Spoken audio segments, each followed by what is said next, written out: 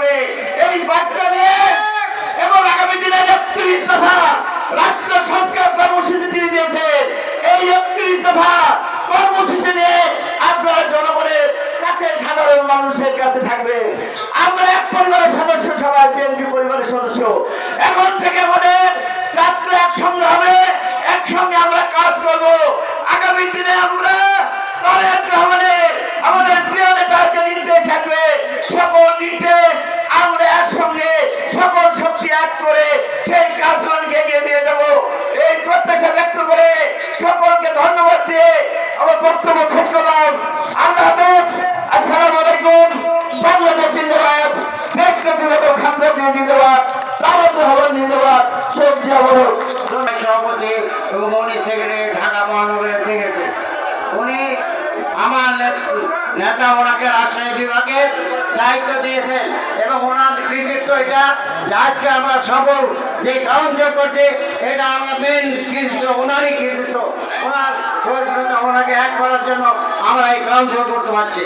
ভাই আপনারা জানেন আমাদের এখানে যেই হোক আমরা সবাই এক হয়ে আগামী দিনে যে তত্ত্বাবধায়ক সরকার আসছে এরা আমাদেরও না কি করবে বোঝাও যাচ্ছে না। তাহলে আমরা সবাই একটা কথা, আপনারা সবাই এক থাকবেন ও ক্ষমতা থাকবেন। আমাদের নেতা তারেক রহমান যা নির্দেশ দেবে আমরা জীবন দিয়ে হলো সেটা পালন করব এবং ভবিষ্যতে আপনারা দেখেছেন 14 সালে আমরা বারবার ভঙ্গ করেছি এবং আমাদের এমন কোনো নেতা নাই, থানা নেতৃবৃন্দ, চেয়ারম্যান যারা 3, 4, 5 বার জেল কাটে নাই। কাজে সবাইকে বলছি আমরা আগামী দিনের যেন আমরা সবাই এক থাকি এবং আমাদের দলকে ক্ষমতা না নিয়ে আসতে পারলে আমরা এই দেশের উন্নয়ন করতে পারবো না। আমার শহীদ জিয়া উনি মুক্তিযোদ্ধা ছিলেন, আমিও মুক্তিযোদ্ধা ছিলাম, সালাম ভাই মুক্তিযোদ্ধা। আমরা মুক্তিযোদ্ধাকে নিয়ে যুদ্ধ করছি, সেইটা যেন আমার স্মরণ রাখি, সুখী সমৃদ্ধশালী বাংলাদেশ করতে পারি। এই বলে আমি আমার কথা শেষ করছি। খোদা হাফেজ।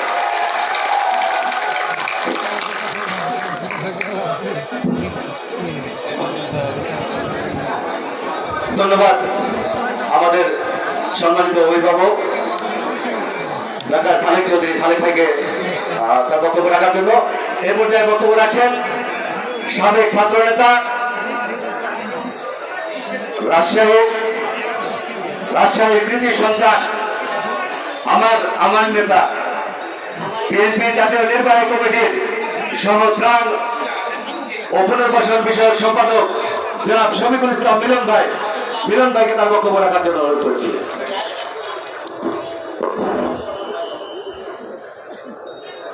আউযু বিল্লাহি মিনাশ শাইতানির রাজিম। বিসমিল্লাহির রহমানির রহিম।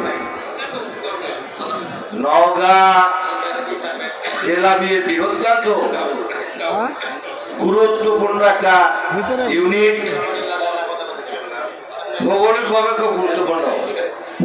নিয়ামতপুর উপজেলা বিএনপি আজকের এই দ্বিবার্ষিক সম্মেলন এবং কাউন্সিলের সম্মানিত সভাপতি, এই উপজেলার আহ্বায়ক